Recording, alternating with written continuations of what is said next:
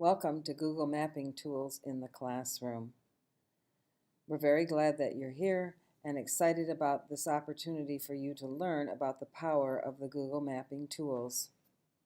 In the first section of the course, you will find this overview video as well as a text-based course explanation that outlines the objectives for the course. You can also access a link to learn more about earning state continuing education clock hours towards certificate renewal. Underneath there is where the course actually begins, and this is an area where you're going to get introduced to the two main Google Mapping tools, Google Maps and Google My Maps.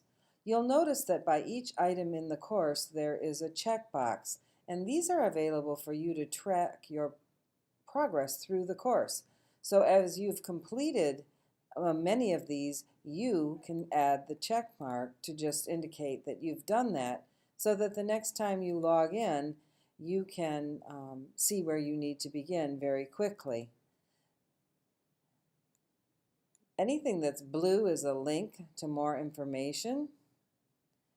So if you click on these links, you'll go and you can access more information.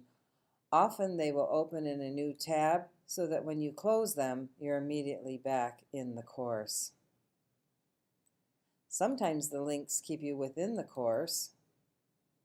And then you'll want to use the breadcrumbs that are available in the top area of the screen just under the name of the class to get back to the main page of the course.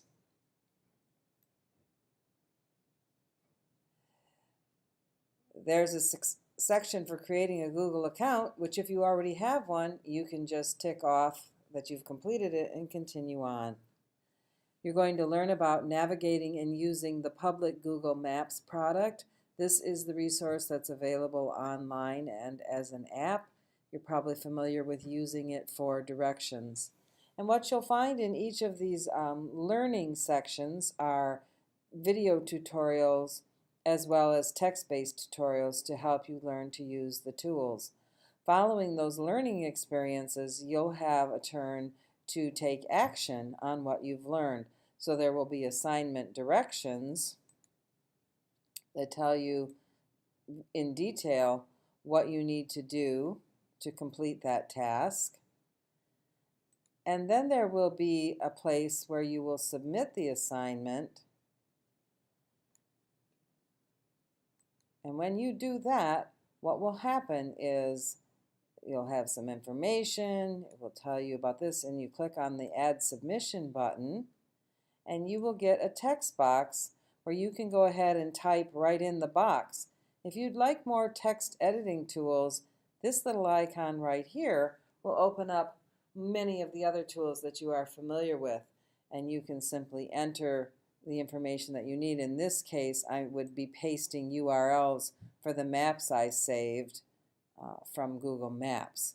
And so that's kind of a copy and paste activity where I can right-click and paste, or I can use my edit menu and paste, or I can use keyboard shortcuts like Command-C to copy and Command-V to paste on a Mac, or Control-C to copy, Control-V to paste on PC computers. You save changes, and then this will be submitted to the instructor. The instructor will go in and grade, so you will not be able to put check marks next to these, not those, but these here where you have to submit something. Notice that it has a dotted line around it. The check mark will be filled in there once the instructor has reviewed your assignment. So continuing through the course, you're going to look at the other Google product, Google My Maps, which allows you to customize maps. Your students will also be able to do this, and again, you'll learn with a video, text-based tutorials, you'll have assignment directions, and again, a place where you submit the assignment with that same dotted line. The check mark will mark it complete when the instructor has looked at it. Additional resources for you to review. A fantastic optional activity. Strongly encourage you to explore this geocaching. It's a great activity for students and a wonderful fun activity for families to get involved in as well. And then your final task for the course is to create an artifact or a set of artifacts that go along with a lesson that you use with your students. And you will be summarizing the lesson that you're going to be using these artifacts with. You'll be including the URLs to the artifacts that you create.